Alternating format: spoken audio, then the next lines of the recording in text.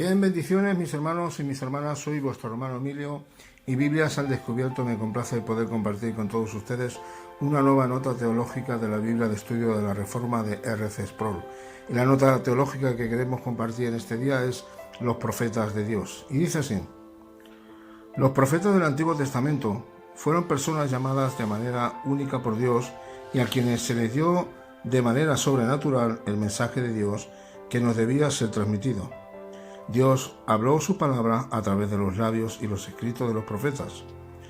La profecía incluía tanto la predicción del futuro, entre paréntesis predecir, como la proclamación presente y exhortación de la palabra de Dios, entre paréntesis proclamar. Los profetas eran equipados de tal manera por el Espíritu Santo que sus palabras eran las palabras de Dios. Por eso es que los mensajes proféticos solían empezar con la frase: así dice el Señor. Los profetas eran los reformadores de la religión de Israel. Llamaban al pueblo a volver a la adoración pura y a la obediencia a Dios.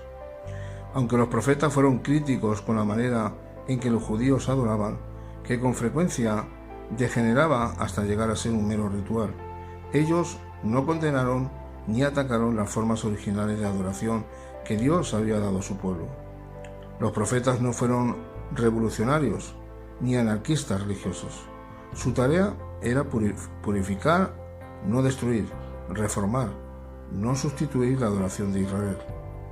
Los profetas también estuvieron profundamente preocupados por la justicia social y la rectitud. Fueron la conciencia de Israel, llamando al pueblo al arrepentimiento. También fungían como los fiscales de las acciones legales del pacto de Dios. Ellos entregaban citaciones a la nación por violar los términos del pacto con Dios.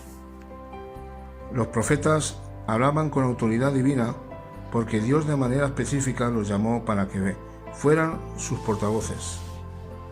No heredaron el cargo ni fueron electos para el mismo. El llamado inmediato de Dios, junto con el poder del Espíritu Santo, constituyeron las credenciales de los profetas. Los falsos profetas fueron un constante problema en Israel. En vez de hablar los oráculos o las profecías de Dios, describían sus propios sueños y opiniones, diciéndoles al pueblo solo lo que ellos querían oír. No sé si eso a usted le suena de algo en estos tiempos, de los supuestos apóstoles que se levantan y profetas.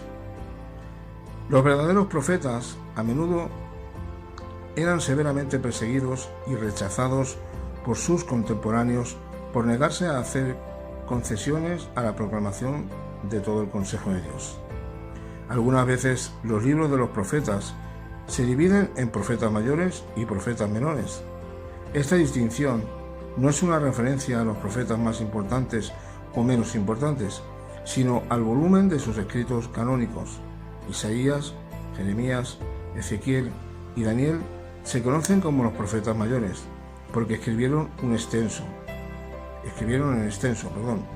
mientras que Amós, Oseas, Miqueas, Jonás, entre otros, en total fueron 12, se conocen como los profetas menores porque sus escritos son mucho más cortos. Los apóstoles del Nuevo Testamento tenían muchas de las características de los profetas del Antiguo Testamento. Los apóstoles, junto con los profetas, son considerados el fundamento de la Iglesia. Vuelvo a repetir. Los apóstoles del Nuevo Testamento tenían muchas de las características de los profetas del Antiguo Testamento o del Antiguo Pacto. Los apóstoles del Nuevo Testamento. Los apóstoles, junto con los profetas, son considerados el fundamento de la Iglesia. Los apóstoles, junto con los profetas, son considerados como fundamento de la Iglesia, pero de los apóstoles y de los profetas del Antiguo Pacto como del Nuevo Pacto. Los profetas del Antiguo Pacto, como los apóstoles del Nuevo Pacto, son considerados el fundamento de la Iglesia. Con esto le quiero dejar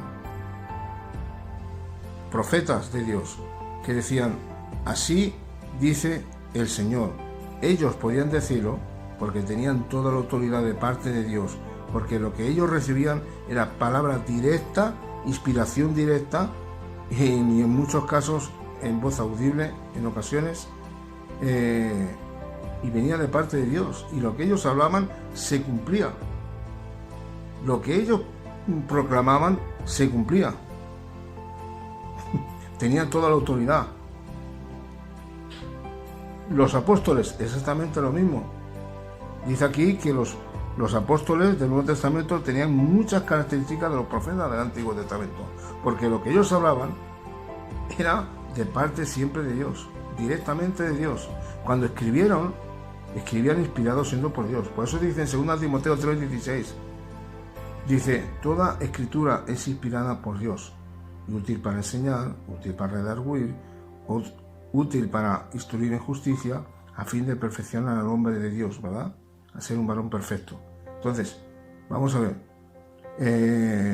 que decir hoy día que hoy tenemos apóstoles, que hoy siguen siendo profetas, siguen habiendo vigentes, por favor, yo respeto todas las cosas, pero no malinterpretemos las escrituras.